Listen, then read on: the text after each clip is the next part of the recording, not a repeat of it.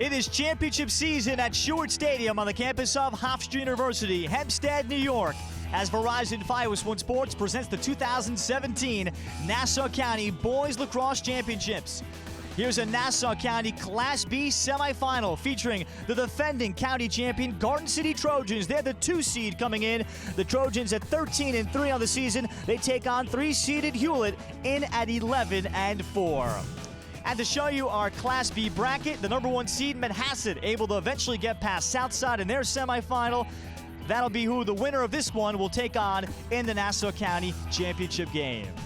And with that, we welcome you here again to Hofstra, alongside former Deer Park coach Carrie Gluck. I'm Ralph Bednarchik. So happy to have you with us, as always, during playoff time. Carrie, for Garden City, they're the defending Nassau County champions. They always have a target on their backs. And these 2 teams met up on May 3rd. Hewlett, experiencing a rebirth in their program, they pushed this Garden City team into double overtime on the road before the Trojans eventually pulled out. This could be an awesome game. This will be an outstanding game. Hewlett comes into this game with a ton of confidence after taking Garden City to double overtime. Since that game, they have not lost. They have beaten some of the better teams in the county among the B classification. We've got Garden City, the number 2 team in New York State in the B class. You've got Hewlett, the number 8 team in New York State in the B class. Hewlett, a team that is laden with seniors. They graduated only 2 seniors from last year's team. The experience is here, but they have not been to the big stage since 2005. That's a big factor, I think. Garden City, the defending champ. Right now, the road goes through Garden City to be the county champion. And Hewlett has experienced a tremendous rebirth of this sport, Carrie, particularly with a great community over the last decade, has produced players that have been together now multiple years, like junior Alex Vardaro, that has particularly taken his game to an All-American level. Well, Vardaro has been just outstanding. 73 points on the season. I like his distribution between goals and assists. He is a returning All-County player. This kid does not come off the field. He is a 48-minute player. He will play on the attack. He'll go to midfield. He'll go to the wing on face-off. He'll be at the defensive end of the field. He does it all for this Hewlett team, and they will need Alex Vardaro to step up, play big today, play like an all-county player, put some points up on the board, and hopefully they're hoping that they can come away with a win on the shoulders of Alex Vardaro. Both of our highlight players will eventually be teammates in the future at Princeton. And for Garden City, what a career it's been for senior midfielder Jamie Atkinson. He is much more than just one position. For Atkinson, he had that double overtime game winner. He does so many different things. Well, he may only have 29 points, but his value to Garden City is just, in words can't tell you how important he is to this Garden City team. He is playing his best lacrosse right now. He is a shooter. He creates problems for defenses, draw and dump. He makes others around him look good. He is an honorable mention All-American player. He was an All-Long Island player last year, 2-time All-County player. He's got the makings of being a top midfielder, top lacrosse player, and he will be a factor in today's game. Garden City, will they need extra time to get past Hewlett? The defending county champions take the field. Hewlett looking to get back to the Nassau County Final for the first time since '05. What a game in this semifinal, and it's next on Verizon Fios One Sports. So here we go with the Nassau County Class B Boys Lacrosse Semifinal from Hofstra University's Hewlett Stadium. Ralph Bednarchik with Carrie Gluck bringing you Garden City and Hewlett. Let's have a look at our starting lineups. The Bulldogs, the 3 seed, they'll be the road team here. Flegel, Vardaro, and Grossman on the attack. Jake Levitz runs the midfield and takes the faceoffs with Wyatt McMahon and Sam Rovner. Defensively, look out for Gavin Adler, one of the county's best, and the 6'6" Zach Bromfeld joining Max Rovner. In goal, first-year starter Max May has had a breakout season and already has a great reputation. 118 saves on the season, including some big performances late in the year. 9 saves in the Garden City double overtime loss. Under the guidance of head coach Jesse Corbin, this is his first season as head coach after 9 years as an assistant. He played at Belmore JFK, was a terrific face-off man and All-American at Adelphi. Today for the Garden City Trojans, Coughlin, Basile, and Gibbons, the usual stars of the attack, with Atkinson, Steinbach, who also face off a lot, and Luke Keating. Then defensively, Phil Puccio is their senior leader there with Timmy Gormley and sophomore Colin Hart. playing in front of junior goalie Ted Dolan, who has started to assert himself in the position. He's in his third year in the varsity, 56 saves in the season, a verbal commitment for a long time to Binghamton, but he's played very well, including a career-high 11 saves late in the regular season in a game we did on Fios against Wantagh. For alumnus Steve Fennell in his 11th season coaching this program, class of 1991 in Garden City, then he played his collegiate lacrosse at Duke, and the reigning Nassau County Coach of the Year. And Carrie, ahead of this terrific matchup, we have a look at your Verizon Fios One Sports keys to the game. Well, one of the keys is Jake Levitz. He's got to go better than 40%. He's been doing well all year. Can he continue that rate? Max May in goal, a sophomore on the big stage. He's got to step up. He's got to play well. Garden City loves to control the tempo of the game. They love to be able to step their matchups and contain Alex Verdaro, the young man from Hewlett, who's just been ripping up the nets with 73 points, 39 goals on the season. They got to contain Verdaro. So these two teams meeting for the second time this season, and back at Garden City High School on May the 3rd, Garden City in double overtime. Jamie Atkinson gets the game winner and his second of the game. But Carrie, there were chances for Hewlett. They had a man up early in the first overtime after winning the faceoff, so they were that close to beating Garden City for just the second time in program history. And we'll see if they take some confidence into this one against the defending county champs. The Trojans, they always have that target on their backs, and they are here at Hofstra again. Kieran Gunn, the senior face-off man, that will face off at Dartmouth against the senior face-off man, Jake Levitz, two-time all-conference player that will also run first midfield for Hewlett. Mike Harrell, Joe Rosenpollock, Ken Berry doing the honors today. Hewlett in the road navy on navy, white on white with maroon trim for the Trojans. Gunn, and Gunn approaches on the wing, and he will come up with the first ground ball of the day. So, Carrie, as we look early on, we'll see what kind of defense Hewlett will throw at the Trojans to try to mix it up. Coach Jesse Corbin was hoping to at least keep the Trojans off balance. He was, and he is primarily a man defensive coach. They played man through most of the year, but I think to keep Garden City honest, you may see some zone come in today, Ralph. That certainly is a very good possibility. Yeah, the description Jesse Corbin mentioned, we were about 99% man-to-man defense through about the midway point of the season. But the Trojans have certainly seen it all with a lot of zones throughout the course of the season too. So as Garden City subs through the box, Sean Coughlin, and here onto the wing, Luke Keating, and the first midfield, Kyle Steinbach, who has really emerged. Verbal commitment to Maryland. He's a terrific face-off man, but he's become a first midi here late in his junior year too. Has 15 goals, 5 assists. Atkinson, and a chance to run for Steinbach. Forced to his right hand. Moved along, J.P. Basile. Duke-bound big senior. He takes the shot and puts it in. It may have surprised Max May, kind of the way it came off. May didn't appear to react to it, but Basile at 6'3", 190 pounds, able to extend and finish. Well, I think that did definitely catch May a little bit by surprise, but it was not an overly hard shot taken by J.P. Basile. He drives topside, and he sneaks that one in, and that was real important, I think, for the young sophomore in the goal to come up with a save on that first shot taken by Garden City, and yet he let, I thought, a reasonably easy shot get in, Ralph, and I wonder what that's going to do to his confidence level now. And we should mention, you see the sunlight that's still in a late afternoon start. May is, I'd say, probably looking into the sun in this direction. Face-off win, Gunn out to the wing. May comes up with that big save, but the rebound is dug out back behind by Garden City and Coughlin. Well, that will help young Mr. May's confidence coming up with the save on that one. There was a good fast break opportunity. They set up in the fast break offense, coming right off the face-off, won by Gunn cleanly. Finn Gibbons was the shooter, and he's a senior that will play at Brown, a 3-year starter, either in the midfield or at the attack. And the second leading scorer for the Trojans with 45 points. Basile is their leading scorer with 53. Steinbach into the short stick D-midi. He shoots, and his bouncer is wide as his angle was cut off there by Jake Levitz of Hewlett. And we'll take a look at that next save. There's Finn Gibbons taking the shot, hard left-handed shot. He sits on the wing with that left hand, and he lets it rip. But give credit to Max May coming up with the save on that one. And as we asked Jesse Corbin, who's a young player that has stepped up in the back half of the season? And we saw Hewlett play in about mid-April in a game on Verizon Fios One Sports at Long Beach. And May he pointed out has been one that has taken his game even further, especially through the gauntlet of the back half of the Hewlett schedule the way they had it.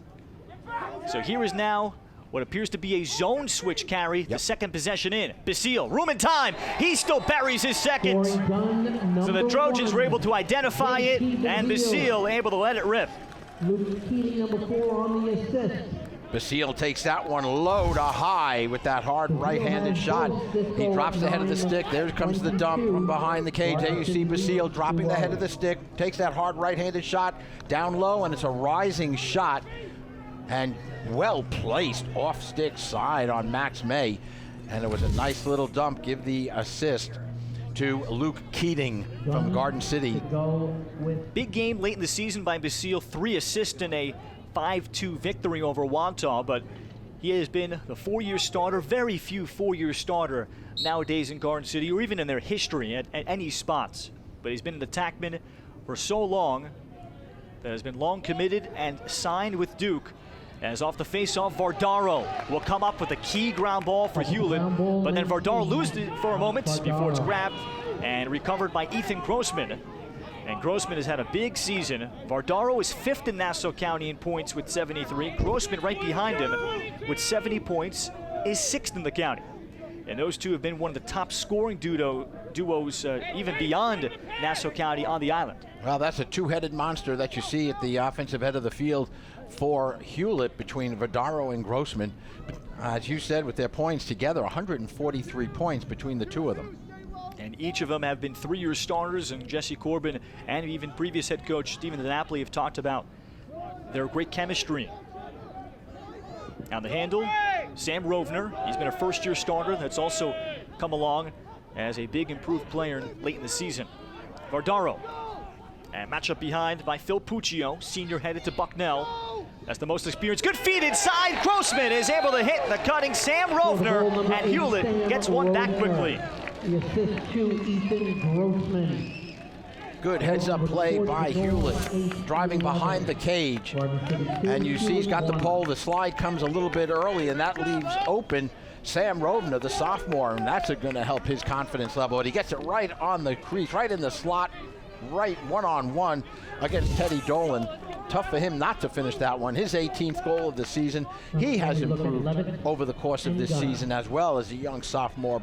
He has done an excellent job on ground balls. He's not afraid to mix it up. For a sophomore, he will put his body on the line. Rovner had 2 goals and an assist against Long Beach, and Hewlett's big victory, 16-5 in their quarterfinals. Gun, and this is Vardaro that comes up with a great ground ball again. And it's not often, Carrie, very rarely do we see it on our air where there is an attackman that will also be on the wings, but that's how much of a do-it-all Alex Vardaro is, as the face-off number is down 2-2. But he'll even play some D-midi. And for Hewlett, who's not a deep program, they only have 27 on their usual varsity roster. They have a couple extra call-ups from JV for the playoffs. But he truly has so much on his plate besides being the quarterback of the offense. Yeah, he does it all. As we said as we highlighted Alex in the pregame, he will be on the field for 48 minutes, and he will play in every position that they need him in, from attack to midfield, plays the wing. And according to Coach Corbin, he believes his wing players off the face-off are maybe the 2 best in the country. They will swing it here with Ethan Grossman trying to turn the corner, and he's matched up against sophomore Colin Hart. Puccio and Vardaro takes a couple of jabs with Vardaro controlling. And a skip pass brought in there by Rovner and moved along.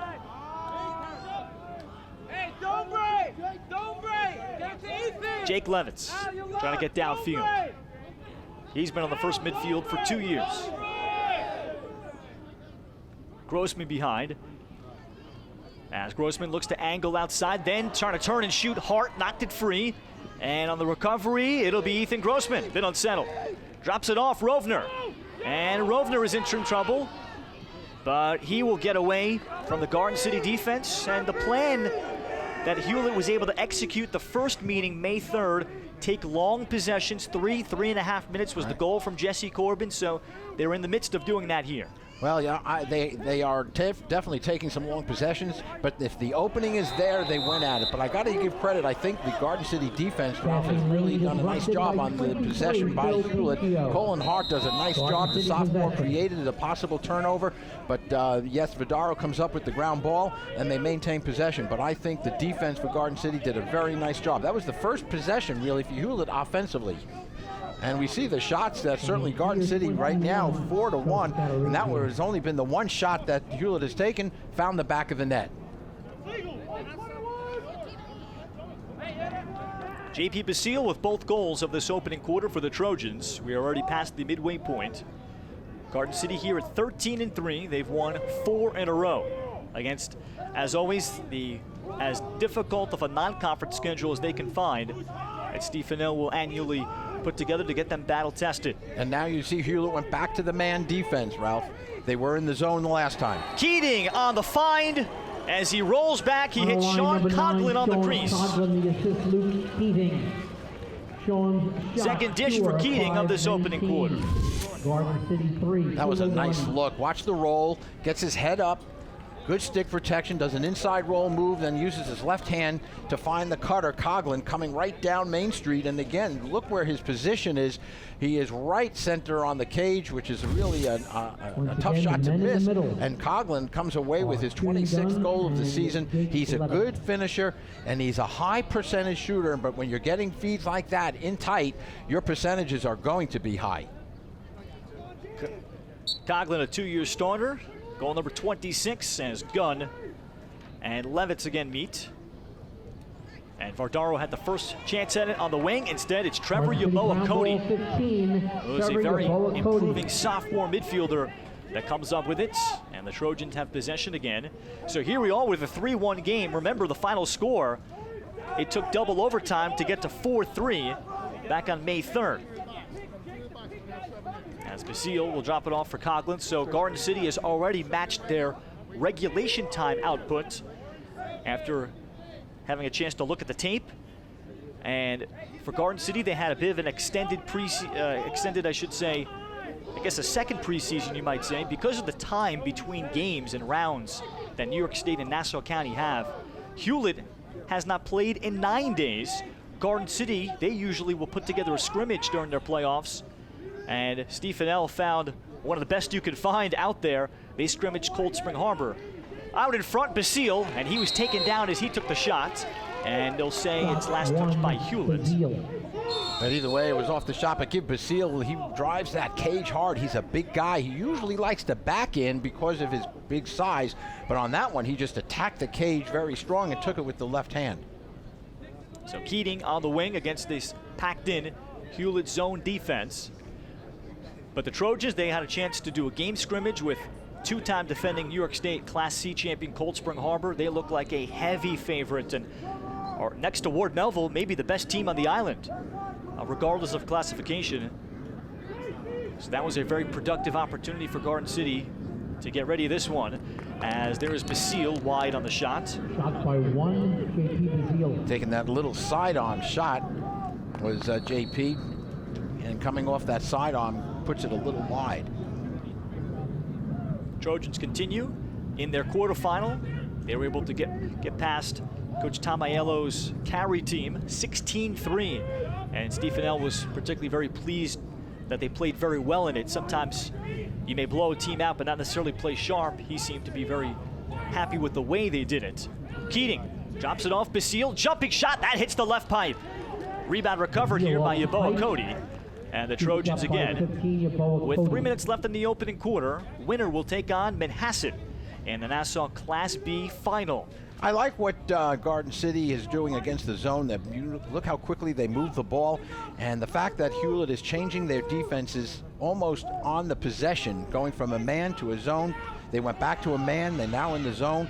I think they're really trying to keep Garden City on their toes offensively.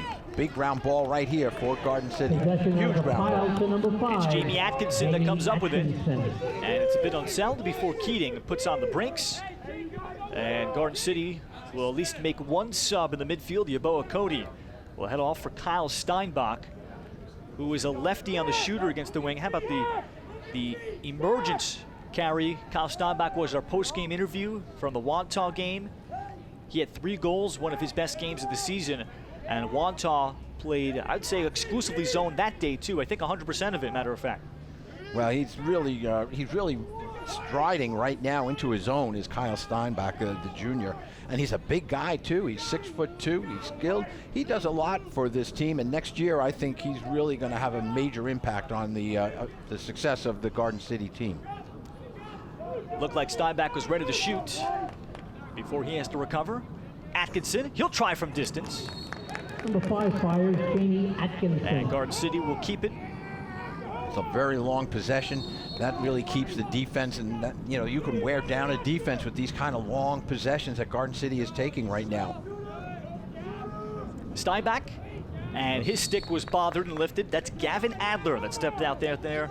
He is a 3-year starter since the middle of his freshman year. A verbal commitment to Marquette. And a terrific defenseman. A returning All-County player that can push transition if it's there today for Hewlett. Atkinson. Steinbach moves it along. This is a possession pushing 4 minutes. This is a shot, Luke Keating over the top. Number 4, Luke Keating. 1 minute, 11 seconds to go in the opening quarter of this B semifinal. This is often a tactic of many teams to keep the possession. You take your shots, but you put them high because you know you have the backup, and it just keeps your possessions going. And it doesn't necessarily mean that they are poor shooters. Steinbach, he is a quality shooter. That time he got it in rhythm and let that one go from about 15 yards. Well, we were talking about Kyle Steinbach, the junior. That was a nice shot, a rip from up top. He gets a great little dunk. Look at his hands are free. No one comes up on him. He just steps down and takes that shot. Hard right-handed shot. And we give the assist up to Coughlin for that one. But a lot of room, a lot of time, a lot of space for Kyle Steinbach to walk away with his 16th goal of the season. His game has evolved. Last year, 20 goals, 11 assists. And like you said, Carrie, I could especially see him into next year becoming a key midfielder. Gun, face-off win, and Steinbach has consistently started to find a spot on that first midfield. And the shot number being 11-1, result of the possessions that Garden City has had facing the zone. And you really can't win a lot of games when you're only taking 1 shot in a quarter, even if you put it in the net. That's your shooting percentage is high, but you've got to get more shots than that. And right now, Garden City is really playing very smartly on the offensive end of the field. We come up on 15 seconds left. The Trojans will soap through the box. Gibbons, and here we go with 10 seconds. Short time, Basile on the dodge to the front, got to the front, and the shot is off. Perhaps it was saved. That was actually Luke Keating to the front. And the ground ball pickup, Dan Hillsberg for Hewlett. And that is the end of the Bulldogs will survive that final possession. Hewlett 1. But it's Basile with the first 2. Keating a couple of assists, and Garden City has already matched their output in a double overtime game from the regular season against Hewlett. Winner off to the Nassau County Championship game. We're through 1. 4-1 Trojans on Horizon Fios 1 Sports. So 2-seeded Garden City, a 4-1 lead over Hewlett as we're about to start the second quarter in this Nassau County Class B boys lacrosse semifinal. So the Trojans here carry 13-3. Nice win early in the season at Smithtown West. 6-1 was the score as their defense particularly suffocated them. And some other quality victories along the season. 12-11 late in the year, a come-from-behind game at Shoreham Wading River, the Suffolk County favorite in Class C. That was on May the 6th. And then the game you and I did, I thought the way they were able to deal with Wantagh's zone and win that game 5-2 on May the 10th. The defense is always usually where it is. Top 5 in the county, in this case second at 4.4. Yeah, the only team they're trailing is right now is Massapequa, but you know, when you're only giving up 4 goals a game, you don't lose a lot of games. And that defense so far has stifled the offense from Hewlett, but be it as it may, it's really been the possessions of Garden City that have controlled this game. They've controlled the time of possession, they've controlled the shots, and they've controlled the face-off X. So far, Kieran Gunn against Jake Levitz has been 4-2 Garden City. 3 losses carry for Garden City this season. 9-5 at Syosset, who ended up losing in the semifinals earlier. St. Ignatius Prep, who they took on at a neutral site. They're from San Francisco. And then their Woodstock Classic loss, 10-8 to Manhasset, who has been as advertised all year. Manhasset has been the #1 seed. As Adler came up with a ground ball, but then turned it over. It's intercepted by Gunn. And ahead it comes for Tyler Wukta. And here is Garden City with yet another possession. Out of a 12-minute quarter, we might estimate Garden City had the ball for at least 8 minutes of it. I was going to say 8 to 9 minutes. It was all Garden City in possession. Hewlett opens up with a man-to-man look here, Carey. What do you think Jesse Corbin talked about to his team between the break? Well, I think, the key is coming up with the possessions, and there you see a beauty.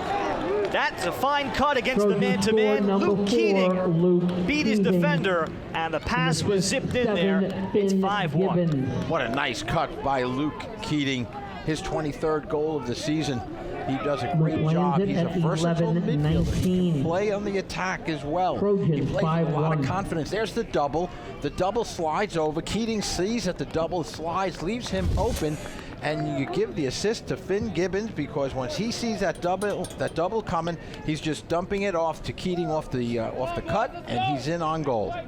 Luke Keating, this is his first year starting in the midfield. He'll play in Division III Franklin and Marshall, and has become their third leading scorer. And a very good finish to his junior year. Played a lot of the time as kind of the fourth midfielder, and finished up his 2016 with 14 and 6.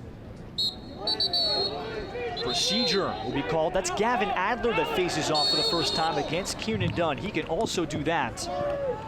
And we mentioned Carey in our keys, especially with what Garden City has in Kieran Gunn, but Steinbach, an outstanding face-off guy, and then even the third face-off guy, Justin Coppola. The Trojans can put a lot of personnel at you in the face-off X that usually gives teams problems. You know, that's only if they need to, but as long as Kieran is doing the job, I don't think you're going to see anybody else go into the X position to initiate the offense.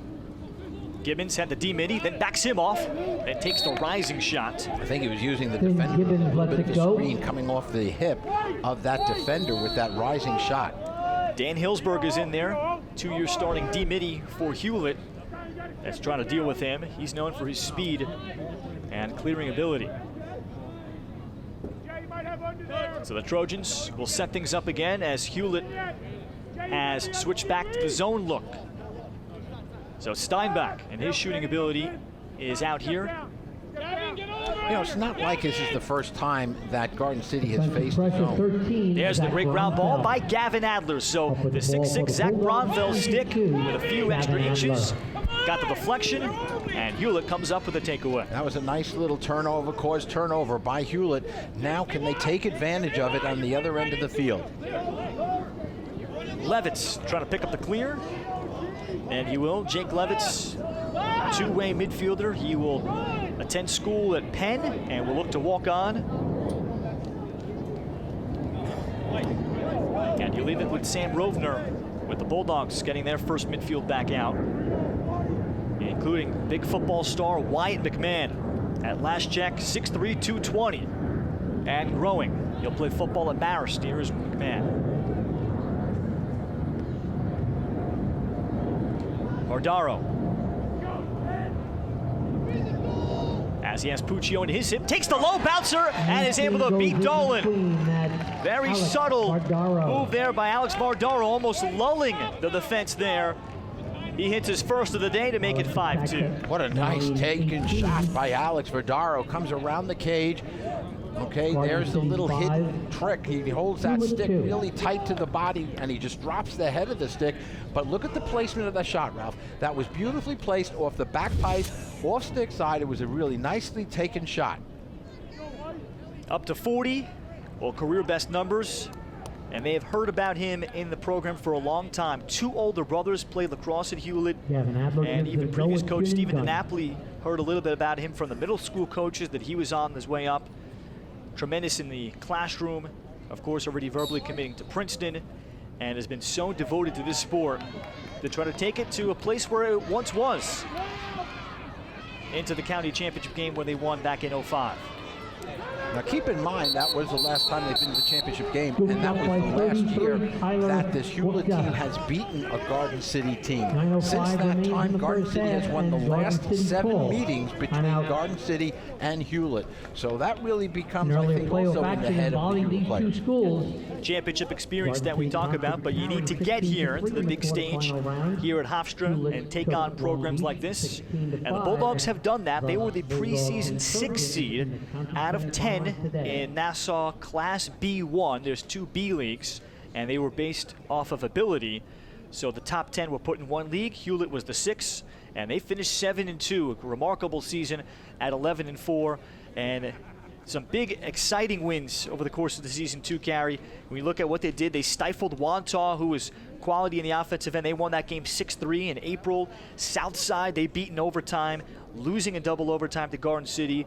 And then twice they beat Long Beach, who had some skills. So for Hewlett, a team that only graduated 2 players, they knew they'd be good, but to be 11-4 has quite been one of the best stories in Long Island lacrosse this year. Well, they've really, I think, risen to the occasion, and I think Coach Corbin has really done a real nice job coming in, taking over the program, and bringing them to this level here at Hofstra to play in this semifinal game. This year defensively, Hewlett is being there too, with number 7 at 6 goals per game, and those are some of the best programs. And they're not skewed numbers when you look at the schedule that they've played. The most goals they allowed was to that awesome Manhasset team, where they gave up 16. Otherwise, their numbers might be even better for Jesse Corbin's group. And he calls the strength of this team the chemistry, because of how long they've been together for so long and playing in their same spots for many years. Well, that really does help. The chemistry on any team is instrumental to your success. And the fact that they really lost only 2 seniors from last year, as we've said earlier, the defense has been all intact except for the goalie, Max May. This is his first year, but aside from that, those defensive players have been playing together for years. Yep, just losing the 1 starter, and that was Noah Cohen, who's now playing at Washington and Jefferson in Pennsylvania, who had a big season. May has taken over. This one deflected in on May. That was Basile. It may have come off of his stick or his handle, and nearly by accident it went in, but May stuck with it. And that was, just an inadvertent miscue by J.P. Basile. Adler.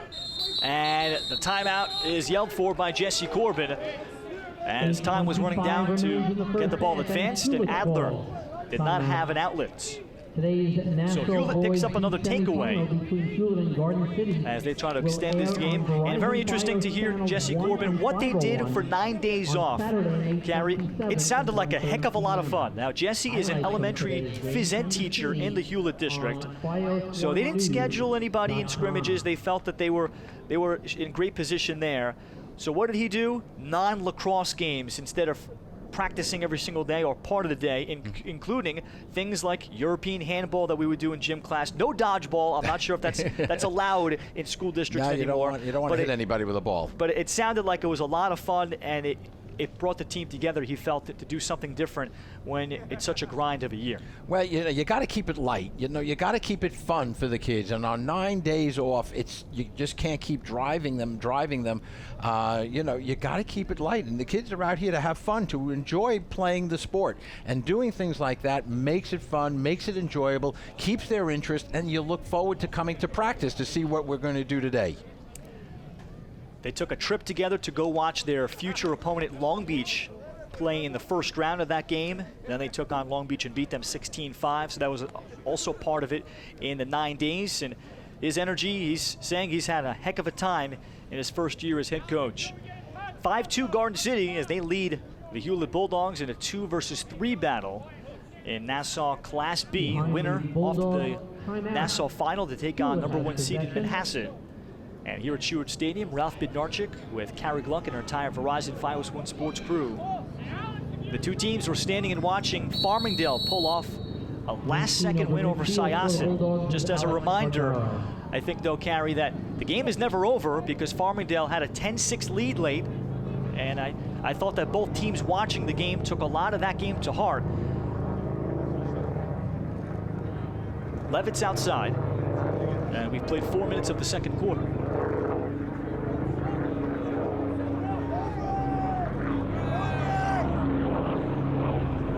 It's Grossman.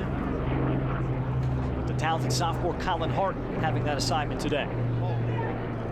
And Grossman, a senior that will play in Division III Muhlenberg. He's had an all-county season. And outside it swung across.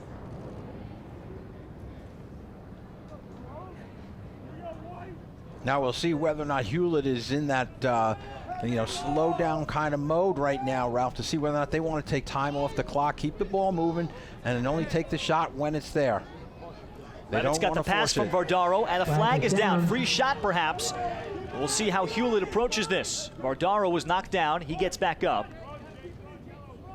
Levitz with room. Then he took the shot, but it would not go for him. But we will see Hewlett's man up for the first time. Well, I think they're going to catch Garden City on a push with the possession. Right there is where you got the push in the back.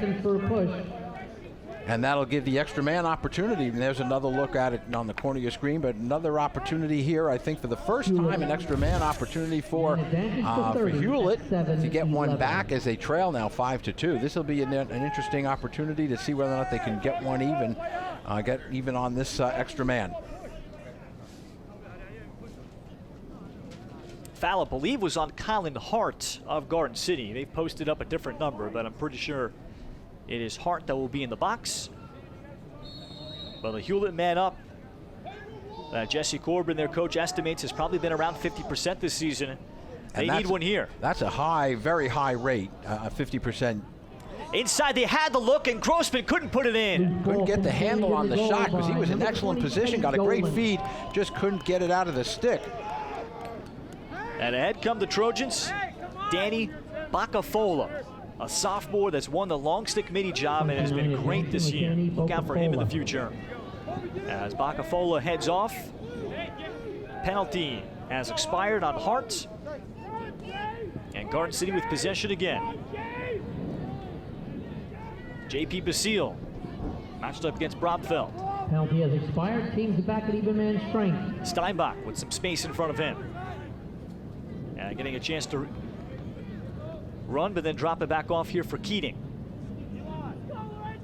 Keating into the other D midi, Kobe Applebaum, 18 in maroon, in navy blue. Turning and shooting, and that's Keating, but there's a Garden City player, I believe, in the crease. So Hewlett will get it back. That's a mental mistake that Garden City rarely makes, and there's a turnover that is really inexcusable. And now you get a foul called against Bromfeld, interference at the other end of the field, so turn it back and give it to Garden City. He was trying to free his D midi, Hillsberg, to run and set him a little bit of a pick. So an unforced turnover, and Hewlett may be forced to play a lot more defense.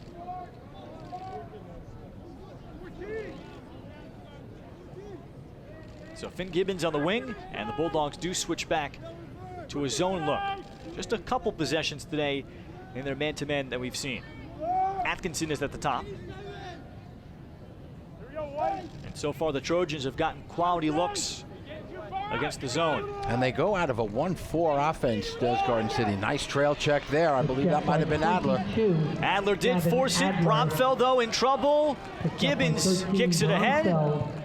He still approaches. Ball is still loose as the opportunity was there for Matt Weiss, the long pole for Hewlett, and Garden City eventually will scramble and come up with this ball on the stick of Sean Coughlin. I mean, I don't know where at this point, but the ground balls have been so important, and Garden City, I think, is really coming up with more of the important ground balls at this point in the match. And that number so far is just 12-11 Garden City, but here is May coming up with it. And Hewlett will look to finally execute the clear. J.P. Basile takes that little sidearm right-handed shot, but he puts it on the stick side and makes it an easy save for May. And the young sophomore does a nice job. Adler is across, and he's able to play it into some space here for Applebaum. And Hewlett running out of time. Jesse Corbin using his second timeout here. With 4:23 to go, they had to take it there. Otherwise, they probably would have given it back. Well, the ride by Garden City has created some problems. They get them along. Garden City gets Hewlett along the sideline, and that's where they try to trap them on that sideline. And Coach Corbin sees that coming, takes a very fortuitous timeout, knowing that the possessions are so important as we come up to about 4 minutes in the into this quarter. So, you know, I think the ride has really been successful for Garden City. So far, the Trojans, they've been able to dissect the Hewlett zone when they've had opportunities. They've already scored more goals than they did in the regular season, and it started with J.P. Basile getting the first two. He can do it so many ways, as you see there with the high rising shot coming from attacking the goal where he was out on the wing area. So he hurts you in a number of different places and uses his size to his advantage, because from attacking from behind the cage, he's able to use his big body well to protect the stick. And if he's out on the wing, if your man slides, he's in position to take that hard right-handed shot. And in his career, Steve Fennell has constantly been encouraging him and trying to get him to share the ball and make others better, especially in his senior year. That has always been his role. Now he's become the leader after being the younger guy on the attack with so many great players around him that he learned from. And he's been just so steady. You almost kind of forget all the different things that he brings to the field. Well, you look at the number of assists. I mean, he gets others involved because he's got great vision with his good size. So though he has 23 goals on the season, he has more assists than he has goals, but he creates because he attacks the cage, he forces the double, he forces the defense to slide, and with his head up, he's able to pick out the open man and gets a lot of assists. For J.P. Basile, he has only gone scoreless twice this season. One of the games was the Hewlett game, no goals, no assists. And the other game was Garden City's loss 7-4 to St. Ignatius Prep. That is their season low in goals. So you could see how vital he is to their success and getting others involved.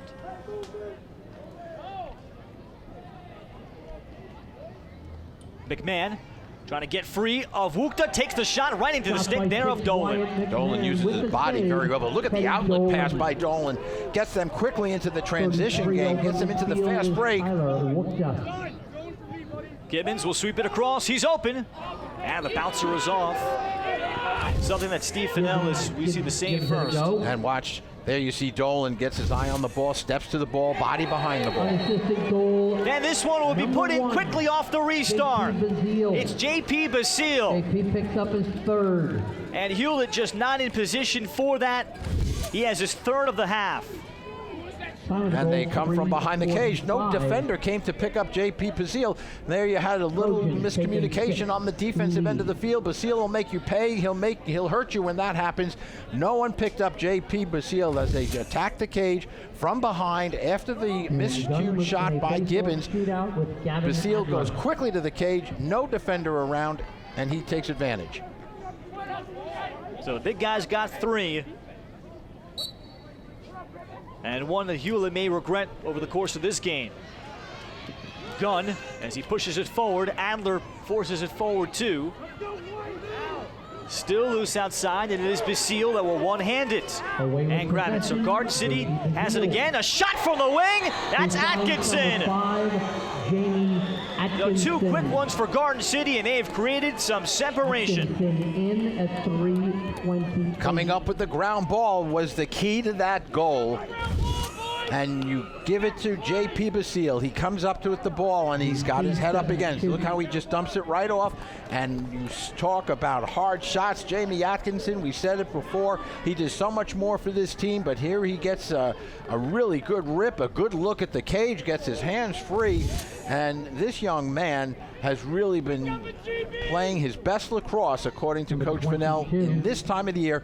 And this is the time of year you want to play well. You want to be at your peak in May, not in March or April.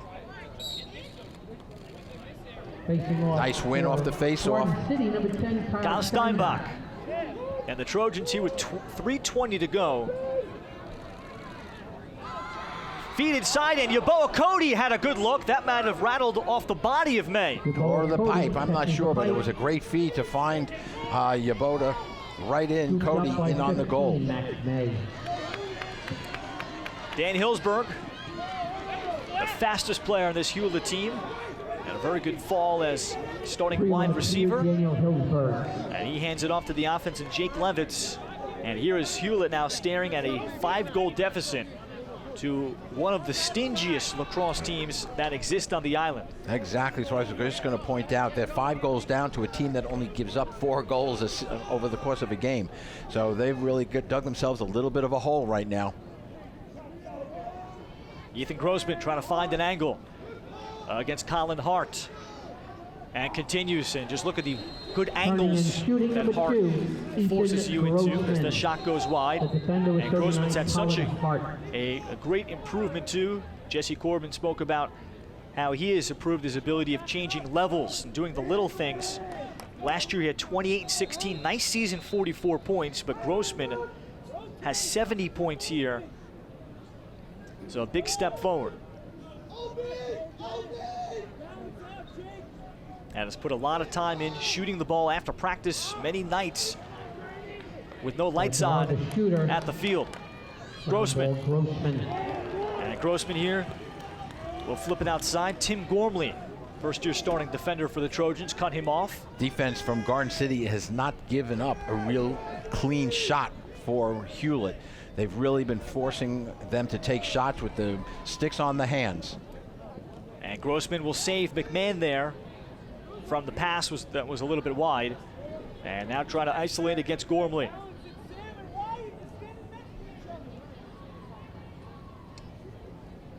Grossman draws some help. This is through the stick of McMahon. And a loose ground ball. Granville had the chance for Garden City. Hart will pick it up and vacuum it ahead with 1:20 left as Garden City comes up with the takeaway. And they may hold for the final shots as they have seized control of this opening half in this B semifinal, leading by 5. However, this pass over the head of Basile and a very uncharacteristic Garden City-like turnover. An unforced error and under no pressure. And look at the frustration right now on Coach Fennell. He knows that pass should never have gone awry. That is just not like them during playoff time. So Max May and Hewlett will get a second chance as he drops it off here for Ethan Cohn, sophomore midfielder, runs on the second unit. And a very good split dodger. He'll get a chance here. 40 seconds to go.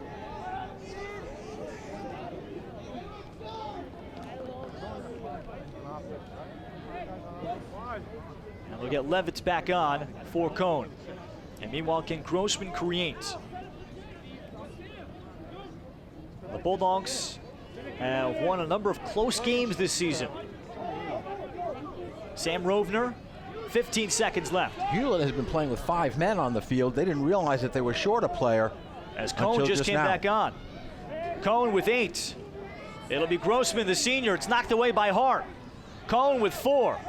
Grossman, will they get a shot off? This one right into the stick of Dolan, but from no angle. And Garden City's defense was one of the themes. The defending Nassau County champs, one of the perennial powers in the country in boys lacrosse, have a 7-2 lead at the half. We're coming back with a look at our first half highlights and statistics. And the second half is the Nassau County playoffs on Verizon Fios One Sports. Number 5, Jamie. So we sit here at the break, 7-2, Garden City leading Hewlett in this Nassau County Class B boys lacrosse semifinal. Winner to the county championship against Manhasset with Carrie Gluck, Ralph Bednarczyk. We roll through our first half highlights, starting with the pair of Hewlett goals as they try to stay in this game. Well, the assist by Grossman to Rovner brought them within 1, and that's as close as they've gotten over the course of this game. As you see, Vadero, our highlight player, does a nice job coming around. But for the first half, it has really been all Garden City, led by their big man, J.P. Basile, who's got the hat trick in the first half. He comes in underhand, comes from X behind the cage, off the wing, drives hard, uses his big body to run through checks. He's able to do it every which way. Gets a nice assist, beating a great feed to find Atkinson up top for a hard shot. And there you see the tail, 20 shots for Garden City. I think that tells it all right there in a nutshell. And on goal, 10 of those, and they finished 7 out of the 10. That's a pretty good percentage. And again, turnovers are pretty tight, but Garden City making 4 more than they usual over the course of the season. Garden City leading 7-2. We're back for the third quarter on Verizon Fios One Sports. 7-2 Garden City as we start the third quarter from the Nassau County Class B Boys Lacrosse Semifinals here at Hewlett Stadium at Hofstra, the annual home of the Boys Lacrosse Playoffs in Nassau County. Let's have a second look, Carrie, at your Verizon Fios One Sports keys to the game. Well, they were hoping for Jake Levitz to get 40% plus. He has not been able to achieve that at all. Max May in goal has done an okay job, gave up a weak goal early, and that may have really hurt the confidence of the young fella. Garden City, they have controlled the tempo. They've taken a lot of time and possessions, and they've contained Vidaro. Only 1 goal for Vidaro, and that's it, 1 point. So defending county champion Garden City, after a come-from-behind win last year against Manhasset that stunned some folks on the island in terms of the way Manhasset was rolling ahead of that game. The Trojans have come into this season, again, another veteran team that reloads. They're 13-3, and they led 4-1 at the end of one. They got the first 2 goals from J.P. Basile, and they have sat comfortably against the Hewlett zone defense today, and that's been one of the other, I think, takeaways from it. Pursuing the face-off, Adler very nicely flips it back to Vardaro. Kind of a hockey pass. He knew his teammate was open on the backside. And Hewlett comes up with the first face-off. So, Carrie, if you're Hewlett head coach Jesse Corbin, what do you think the message was at the brink? Well, I think one of the messages was we've got to be able to treasure the ball. Let's not turn over the ball, and let's win some face-offs to get the possessions that we need. Let's get some good looks at the cage, and let's take some good shots, and let's test this Teddy Dolan in the cage. He's really done a nice job, but let's test him. Sam, single! Sam, single! Yeah, look at how far the Garden City defense extends with Puccio all the way outside on Grossman. And now it appears there might be a shutoff behind. Colin Hart is hip-to-hip with Alex Vardaro. And hold on a moment, we may have an errant lacrosse ball in the area. I'm not sure what happened there. But it will stay with Hewlett. They will give the ball, in this case, to Vardaro. But Garden City threw a wrinkle at Hewlett there, appearing like they were showing a shutoff. They had him locked off behind the cage, and you got to wonder because he's only got 1 point at this point in the match. Vardaro gets the shot off. Dolan able to make the stick save. Nice ground ball. Give credit to the Garden City short stick coming up with the ground ball, and look at this nice clear, good opportunity in the transition game. Tyler Buchta had the ground ball ahead to Phil Puccio, and here is Basile. Then if you're Steve Fennell, Carrie, your zone offense, I think you're pretty happy with it. They got some quality looks. I think he's got to be thrilled at the way they played offensively and defensively. When you hold a team to 2 goals in a half, a team like Hewlett, you know that you've done your work as a defensive end, at the defensive end. But they've done a nice job. They moved the ball well against the zone in the first half. Now Hewlett's showing a man-to-man defense, which is what they started the game with, a man-to-man. So here's Gibbons outside, and one of the areas Steve Fennell has prodded his Garden City team to improving with is, what kind of fight do we have? And they showed that against Shore and Wading River in a comeback. There's a big save, best one of the day for Max May on the shot by Kyle Steinbach. However, Finn Gibbons with the ground ball, and Garden City will keep it. But the comeback abilities of the Trojans have been something else. There's May fighting off the shot by Basile. And good hustle by May. Out of the cage, gets the possession. Max May does a nice job there, and he does 2 things. Comes up with a big save off the shot right up at the top. And then watch this nice save, and then look at the reaction by May off the stick, and look how quickly he's out of the cage, gets the possession for the Bulldogs. 5 saves for Max May. He made 9 in the double overtime loss at Garden City. Hey, single, Sam! And his season and career high came 13 saves in a big 6-3 win by Hewlett at Wantagh. He's had a couple of double-digit saves over the course of the season. 11 against Mepham, 10 against Manhasset, as you pointed out earlier. Wantagh, Port Washington, double digits. Sam Rovner, as he has the question mark move, and the chance comes out in front. Atkinson will strip him, and the ground ball belonging to Garden City and Danny Bacafola. That was a great check, back check by Atkinson. Remember we said earlier how he does it at both ends of the field. He'll clear the ball, he'll play defensive midfield, he'll go into the offensive half of the field. Now they have Atkinson playing on the attack right now. So Gibbons across, and Garden City settles in for another possession. J.P. Basile has 3. Luke Keating with a goal and 2 assists to pace the Trojans.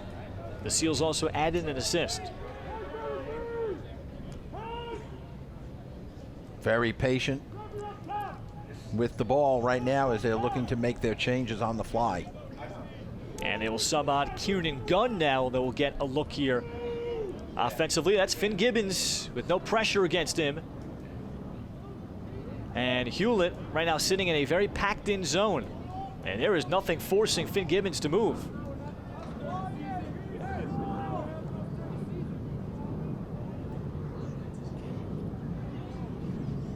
Now, if they don't look to go to the cage pretty soon, I think the refs will give them that stall warning.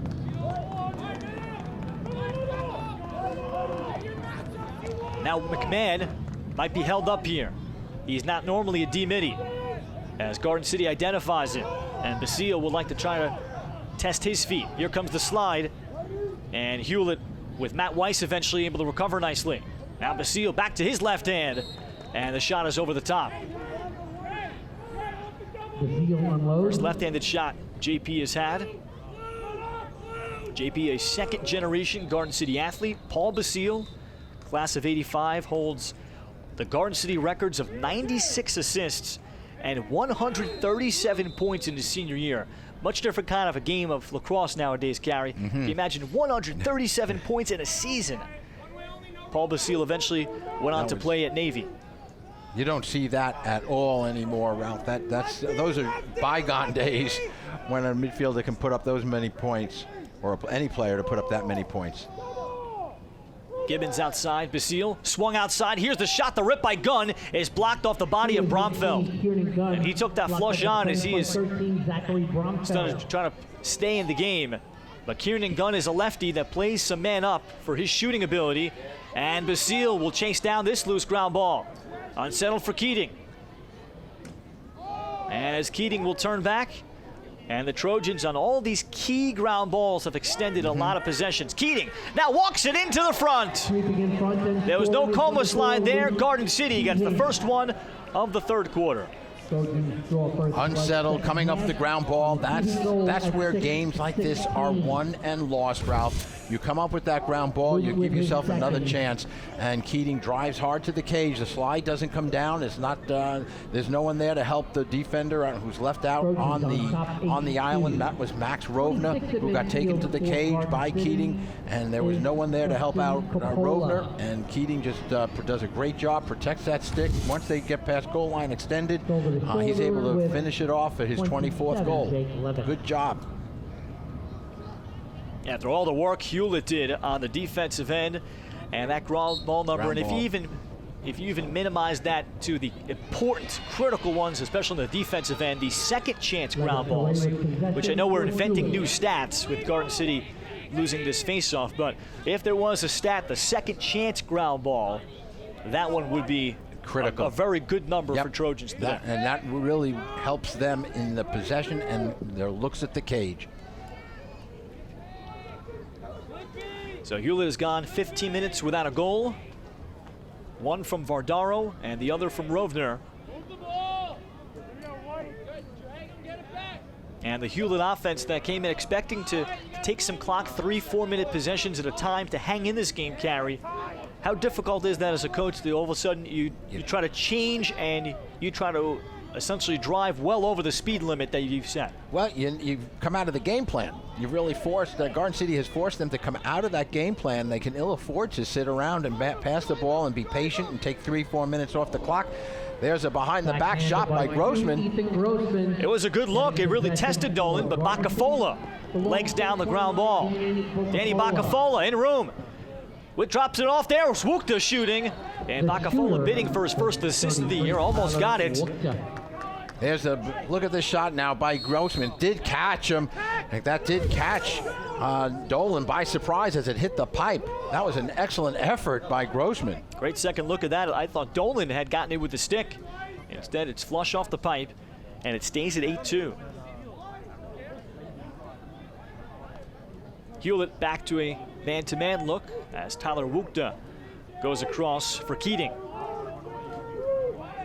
As Bromfeld tries to stay with him. Zach Bromfeld off of an awesome basketball career at Hewlett. They lost in the semifinals this year, second straight season. And he'll play as a 6'6" big man at Vassar. Swookta sweeping through McMahon, draws some help. And Garden City subs to the box, Coughlin. Steinbach back on the field. And Kyle Steinbach shooting on the run. Steinbach coming in off the offensive end of the field with fresh legs, goes hard, running downhill down the alley. Looks to take that hard right-handed shot, just putting it wide of the cage. Uh-oh. Out of net was May. He was trying to double adjacent, and walking in for an easy goal is Luke Keating. And perhaps a miscommunication. May was trying to double the ball in the wing. It is still the third quarter, but that's the easiest goal Luke Keating may ever score. Well, look at the opening. If you're going to double, you can't be, look, you don't want the goalie all the way out there. You're going to double the ball. Keep the goalie as close to the cage as you possibly can. Pick up somebody near the cage, not all the way out or outside the restraining box. And that, as you said, just opened up the floodgate, opened up the opportunity for Lee Keating to get his 25th goal of the season. He's got a hat trick. The last two goals, the only two of this half, have both been scored by Keating. He's had some big games this season, 4-1 at Manhasset. Among notable against quality competition, a goal in that loss against St. Ignatius Prep of San Francisco. As here is Coppola on the face-off, a sophomore. He wins this one. And he is kind of the quick speed guy. Was brought up for the playoffs last year. Is very athletic, and he can play some short stick D-midi. And Justin Coppola will back it up. And they can throw waves of bodies at you, Carrie. Last year, the Trojans went through some adversity with their roster. Lost a couple starters during the season. Finn Gibbons also was hurt, a couple of other injuries. But it was next man up, and part of what got Steve Fennell to be Nassau County Coach of the Year was the way he was able to navigate through that time and fill in the holes. It's not quite patchwork at Garden City, but they still had to go a little bit deeper to their roster. Steinbach. Basile in the middle, shoots, and he hits the corner. And now the Trojans have pulled away. J.P. Basile's third. Check that, his fourth. And it comes here in a drive to the front. Again, they caught Hewlett on the change, coming from the offensive end of the field. The midfielder was trailing, and there's a nice little give and go. He gives it off. Gives that off to Steinbach, who gives it right back to J.P. Basile, and it's just a give and go. Basile running like downhill, gets a nice look at the cage. He's dead center. He's not going to miss that one. Fourth goal of the game. He had 4-1 against Cary in their lopsided win in the quarterfinals. So the Trojans, whether it's been against the zone, man-to-man, and I think especially in that goal, Cary, Steve Fennell has talked about, can we find some fast break opportunities or even the secondary break? Well, the transition off of the change on the fly, that's really where it is. They are beating the midfielder on the change coming from the defensive end of the field, and that's what opened up that opportunity for Basile. Hold called against Gavin Adler. So another face-off for Kieran Gunn in his fourth year on the varsity. And a left-handed face-off man, too, and he could do so many different things. He'll stay out here on offense. As the Trojans have pulled ahead, they scored the first two from Basile, including on the opening possession. After Hewlett came in with a lot of optimism, forcing Garden City at Garden City High School into a 4-3 double overtime game. And Hewlett had a chance to win that game. They had a first overtime man up after winning the faceoff. As Trevor Yeboah-Cody with 2.5 left, and Garden City again will sub through the box, and Hewlett this time will pick it up. So they were, in relative terms, they were inches away from pulling off a stunning regular season win. Nevertheless, still a lot of people had noticed it. Wow, look at the Hewlett Garden City score, 4-3. But the Trojans perhaps took that to heart, and they have taken their time, the 9 days off between games and the chance with a scrimmage Cold Spring Harbor, and used that well. And I think that really helps a team too when you're scrimmaging another team where you're going against different faces, not your own teammate that knows your moves, knows your favoritism. And now, of course, the refs giving the stall warning. And I think this really, again, forces Hewlett. They got to come out of the zone. They've got to come out and play you now to be able to try and create some turnovers. Finn Gibbons, or get a save. Max May sees it right in his stick. And does a nice job not giving up a rebound, too. Max being able to hold that one and now gets himself involved in the clear. May on the approach. And Adler. And Adler in a bad spot. However, he will. And he is out of bounds, and that was Gibbons that nudged him enough. Well, that's what Garden City's been doing all day on the ride. They're giving them the outside, giving them the lane, and then they're driving you up to the sidelines. And earlier in the game, that's where Coach Corbin called his timeouts because he saw that coming, but he didn't call one here, and they got caught for the turnover. Keating inside the final minute of the third quarter that has been dominated by the Trojans. They've had possession time. They've capitalized on mistakes. Keating again. And those small windows, another miscommunication by Hewlett. Weiss was the nearest one to it, and Luke Keating with a big game with his fourth. Well, once again, it has to be defensive lacking communication because nobody is coming to pick up Keating. He sees he's got an opening. There's no defender around to pick him up. The defender either gets caught on the cage area. When that was getting caught, Matt Weiss, he's a sophomore, and I think Keating's taking advantage of the inexperience of the sophomore, finds just a wide open lane to be able to attack from X and behind the cage, and 4 goals today for Luke. That ties his career high set in that Manhasset game, and also a lopsided win at Calhoun. Face-off win. Vordaro comes up with it. Fakes the shot, then he'll take the opportunity, and Dolan comes up with it. Good actually fake pass, then shot by Vordaro. And final half minute, Keating has 3 of the 4 goals scored in the period, Basile the other. And Garden City, just from the small mistakes that Hewlett has made, and they have kicked the door open. Well, that's what Garden City does. They make you pay, and they capitalize on your mistakes. You really have to play your perfect game against Garden City. Jake Levitz, feed in tight, and he had a teammate, Alex Arad. Then this is a loose ball, stop made on Justin Flegel, and the rebound is not there. Teddy Dolan comes up with a couple of saves. 1 crossbar. Garden City shuts out Hewlett in the quarter.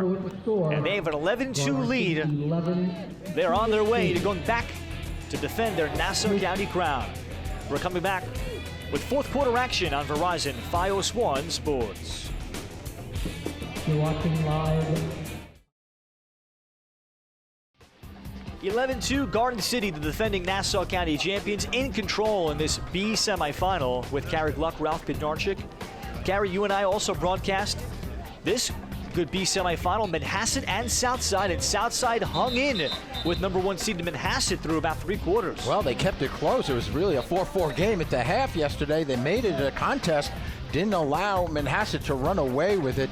But watch this one right at the end of the first half. Silos to his brother right on the last tick of the half to be able to get some momentum, which I think really carried Manhasset into the second half, and that's when they really opened up the floodgates and really opened up the game. As Louis Perfetto there off the Manhasset bench. And then Steve Schneider on the run asserted himself later on. And it would be a 12-7 Manhasset win. Again, congratulations, Steve DePietro. Another good showing by Southside, but Manhasset, there's so much talent. And for Southside, they played well for about 3 quarters, and the face-off advantage was overwhelming to the Indians. And the number 1 seed is through, awaiting the winner of this one. Face-off win, Gunn. To the wing it comes, they move it along. As Garden City will sweep it across as they've brought in Liam Muldoon for the first time. Muldoon is just returned from injury, and Garden City looks like they have subbed out their starting attack. As also senior Harry Blair is on for the first time. And also senior Charlie Comiskey. So the Trojans may start to rest some of their starters ahead of the Manhasset game, which would be in the final. But they have such quality depth that has seen so much time in lopsided league games that they're even experienced. Well, they go so deep on their bench, Ralph, that many of these players that are on the bench can start from many other teams.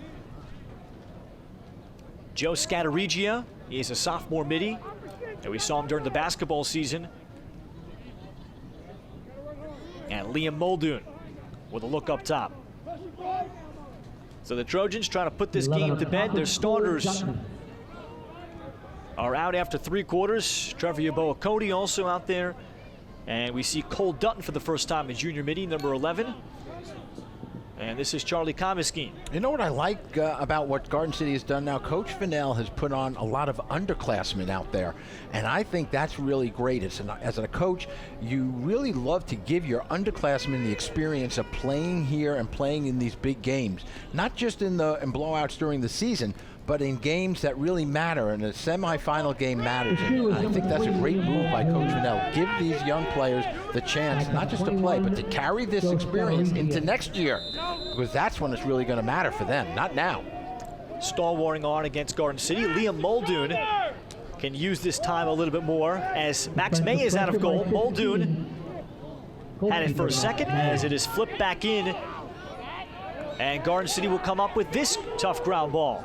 And the second unit has been prepared. Well, the ground ball battle, Ralph, has been all with Garden City, I think, in the second half. And that has really been the turning point as to why they've been so successful. So many key ground balls the Trojans have come up with. May went for the steal. And to pick it up, here is Muldoon. Now, Muldoon had been playing consistent time. This is a little bit different for him as a chance for a dress rehearsal if he comes on to play as the 5th midfielder against Manhasset in the final. We remember his older brother Connor that had such a good senior year, class of 2015, that's now playing at BU.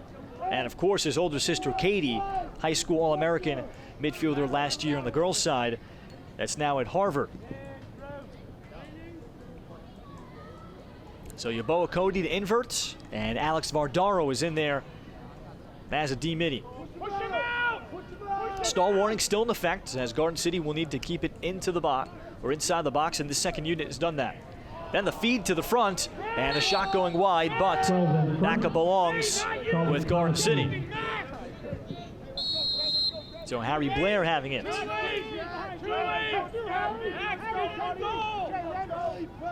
And on that subject, Gary, as I teased earlier about something Steve Fennell hoped to see more from his team. There's a shot save made there by May, and he'll recover it. What is their identity of this team? When they fall behind by a couple goals, they need to respond. They did that against Shore Wading River. He was hoping to see more of that during the season, as there's a shot hitting the left pipe by Grossman, and will come all the way out, and Garden City has another possession. They skip it ahead. Blair inside. Great backdoor cut by Harry Blair to make it 12-2. Well, that goal starts off the shot by Hewlett, ironically, at the other end of the field. The shot by Hewlett hits that pipe and just digs all the way out to midfield where there was nobody from Hewlett. It was then a fast break chance. Here's the shot taken by Grossman, and look now with the white shirts. There he is, all alone up in midfield. Now, one of the things you tell defensemen is make sure you're up with your man up at the top at the midfield stripe. And they find Blair coming in off of a backdoor look, and he's in on the cage for that 12th goal of the season, 12th or 13th goal right now for Garden City. Yep, it is 13. Actually, it should be number 12 that they put on the board, right? Yeah, that's what I thought. I thought it was 12. Yeah, it should be number 12. So I look up and I saw, well, maybe I missed a goal. Yeah, they've given Garden City one more than they don't should. need any more. Yes, They've you're got exactly enough. right. And here is Coppola winning another faceoff. So we will have to alert them about that. Somehow it became 13, but we know it's 12. But Garden City, after leading 7-2 at the half, a couple of miscommunication errors by Hewlett and great ground ball play in the offensive end by Garden City gave them a make it a 4-0 run in the third quarter, and they have not looked back. And this ball will be settled into the stick here of Max May with 7.5 left. Loose ball gathered in by goalkeeper. May looking to clear. And May with a face dodge, and then he takes a hit, but he's going to get the timeout here by Jesse Corbin. So a frustrating last couple of quarters for Hewlett. Timeout. And moving into next year, Max May, they're going to graduate a lot of seniors, but he now becomes an anchor of this program. Especially on the defensive end, they are going to look to Max to really hold down that defensive end. He's done a nice job despite having given up 12 goals, many of which are not his fault. But he's come up with some nice saves, doesn't give up a lot of rebounds. Coming into today, he had 118 saves, so he's seen a lot of rubber come his way. But he is a good clearer, as we see. He's aggressive. He likes to come out of the cage and looks to try and double the ball. He gets possessions for your team. He really does a lot of very positive things for this Hewlett Bulldog team. And Hewlett's team defense that's been in front of them, they've held some good teams to low goal numbers, like Long Beach twice to 5, the Wantagh game 3, Southside to 5, the Garden City regular season game. So there's a number of things that Max May and the returning players on the defense, namely Gavin Adler and Matt Weiss, will have a lot to build off of on that end of the field. And I think a lot of positives can come out of this as well. You know, as they look to next year, they are going to lose a portion of their defense, but still they have Adler coming back along with Max May on the defensive end, and they've got a number of young sophomores too playing in this big game. Jesse Corbin taking over, and as he talked about, it's his 9th year in the program under 3 different coaches, and just had a great relationship with these players, being a phys ed teacher in the district at the elementary school level. So he's had a long-standing relationship with many of them at a young age. He knows their personalities and how they've grown and how to coach them. So he came at a very good time for this Hewlett program. Ethan Grossman, as his turnaround shot is wide. Flegel will be in the backup. And the Hewlett PAL, right now they have players down to the 2nd grade level up to the middle school with youth teams. So that has been building. That's where it starts to reach a Garden City level. And their middle school numbers are higher than the JV. And he has stressed, just like former head coach Stephen DiNapoli did, stressing going to the showcases, to camps, clinics, playing when it's not lacrosse season, but also playing other sports instead of just lacrosse, the way some parents out there seem to want to specialize in. As there's a save made by the Garden City backup, sophomore Eric Muller, into the game in net. Well, I believe that certainly playing other sports is very positive, really helps your eye-hand coordination going into other sports. And we get an offsides now call. It's going to be offsides against Hewlett, so they will go man down. But I think the program really has done well for Hewlett, and that's part of the success of any program, is getting kids started at a young age and bringing them through the ranks together so that they develop that camaraderie, they develop that chemistry, and they experience success. Man-up opportunity now for Garden City here, midway through the 4th quarter. And for Steve Fennell, they will get their rematch with Manhasset. Even, we have May out of the goal. This time it'll be the Indians, as I'd say even as a heavier favorite than they were last year, before the Trojans pulled off a stunning upset 7-5 in a lot of ways as we get. What Hewlett has done is pulled their goalie out of the cage, so it's an open net and everybody is being marked, so that extra man is now an all even, but they're leaving the net wide open. Interesting move by Coach Corbin. And you don't often see this, despite Penalty with the score Hewlett, being 30 seconds for well in hand. onside. But May right now has one of the attackmen. He's got Liam Muldoon outside. Extra man for 30 at 6:10. So with the man up, we'll see if Garden City will even 22 going shoot behind as Jack Jack Bill, who is a junior midfielder, split time with Colin Hart in the fall as the varsity football quarterback. As he's got the open goal, looks like he is not going to make the effort to shoot at it, and then we will play some 6-on-6. Conversely, with what's going on with the Hewlett youth program, Carrie, as there's a good strip there by Adler, and Gavin Adler will come up with it. And conversely, what's going on with the, just to give an example of the Garden City community, I had a chance to run into Brian Jacovina, former great UMass player, St. John's assistant, that had such a great coaching career. He is now coaching the 8th grade youth team in Garden City. And at that level, they only carry 24, but they have to have cuts in the 8th grade level at Garden City. That gives you a sense of just how fierce the competition is, even to make that roster before you're 3 steps away from what you have in front of you on your TV. Now, that doesn't surprise me one bit that is taking place in Garden City. With the success that they've had, I think every young athlete, young player in Garden City wants to walk around with a lacrosse stick. We have a flag down as Muller comes up with a save. Grossman, as he finishes out his outstanding career. Hewlett's going to get the man up. They have been scoreless for about 30 minutes today. And here we'll get a look at how he has gone against the long stick. A good little inside roll by Grossman, and he takes it to the cage, and he gets the push call, a 30-second push against the long defenseman. Grossman Gary will go on to play at Division III Muhlenberg and has had a heck of a career and put a lot of time into his stick in the weight room. He and Alex Vardaro certainly have a lot of great memories that they established this season. Adler, he'll play on the wing. This is just the second man up for Hewlett in this one. Levitz, as he carries outside.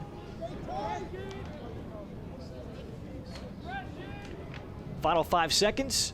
Grossman with the shot. This one fought off there. Good stick. And to step into it, Elric Muller. He is a sophomore that's made 53 saves on the year. It's a rising shot, dings off the pipe. And Muller, not quite sure where it is, but I like the fact the way he reacted. He automatically went to look to try and get possession behind the cage because he thought it went over the crossbar. And Muller has started some games.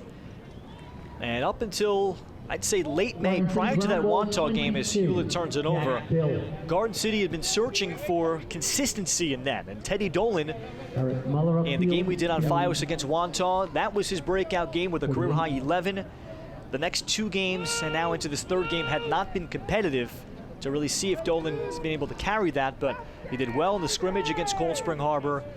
The Trojans had this same situation last year trying to find a goalie before senior Sam Lucchese stepped to the forefront, but all year it's been Muller and Dolan for the most part, either splitting time or in some cases sharing time at the position or starting alternate games. And Coach Fennell really felt he had 2 quality goalies over the course of the season, which he has. But you got to go with somebody who's hot, especially at the end of the season. And Dolan really, from that Wantagh game, like you mentioned, really picked up his game, his confidence, and his control of the defense.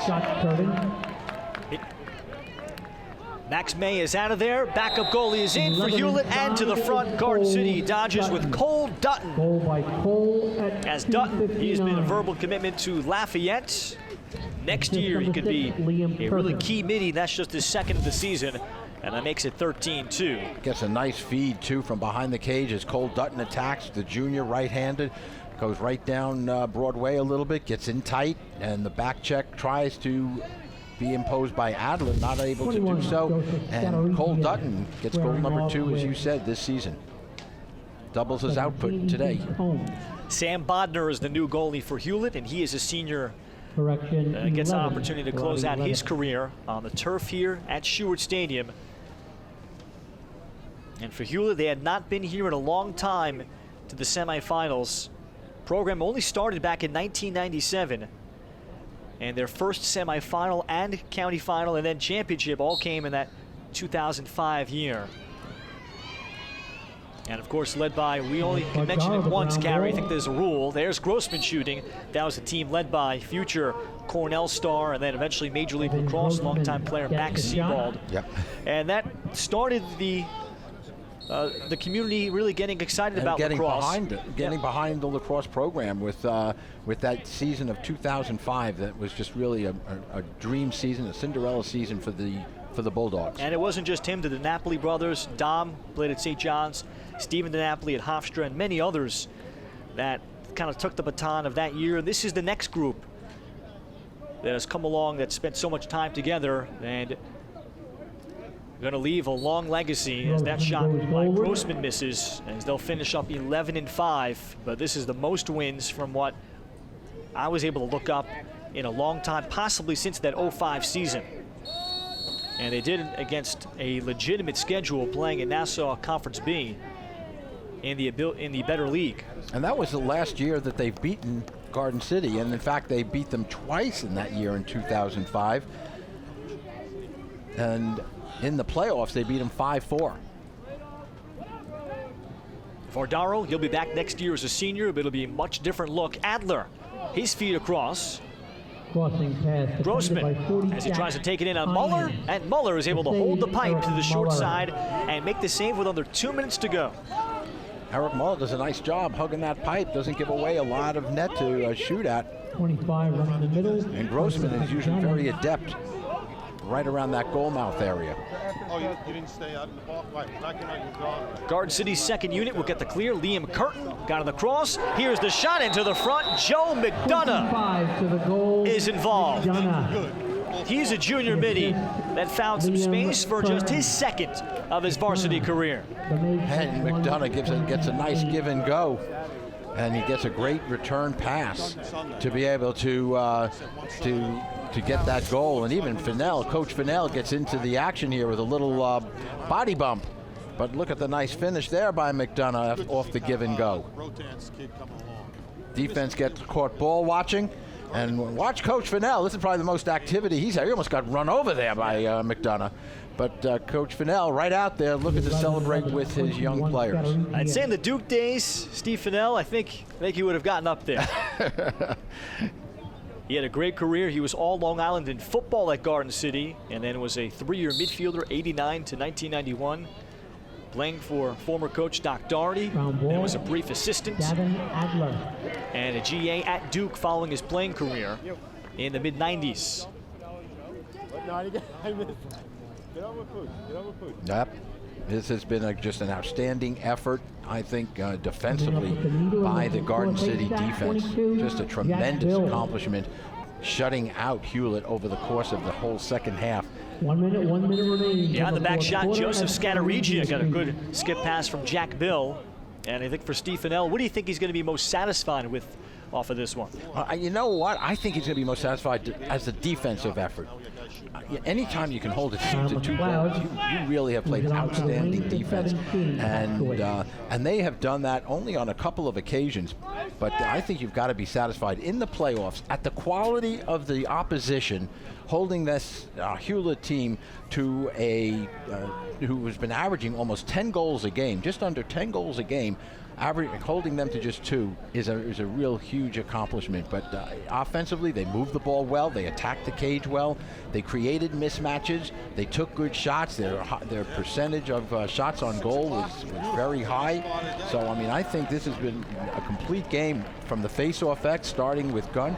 He did a great job to start, and every facet of the game was really well executed by the Trojans. Garden City completely turns around their regular season meeting from Hewlett that went into double overtime, and they control this game almost from the opening moments. They win this one 14-2, a program that's won 23 Nassau County championships, perennial power. They are back to defend defend their crown from a year ago. They will face old rival Manhasset for the second straight season. For the Bulldogs, it finishes up at 11-5, and a group that certainly led the rebirth of Hewlett boys lacrosse. Their season comes to an end. Garden City, 14-2 impressively, holding Hewlett to over 33 minutes of scoreless lacrosse to close it out. The defending Nassau County Class B champions are going back to the final with an impressive 14-2 win over 3-seeded Hewlett today in the semifinal.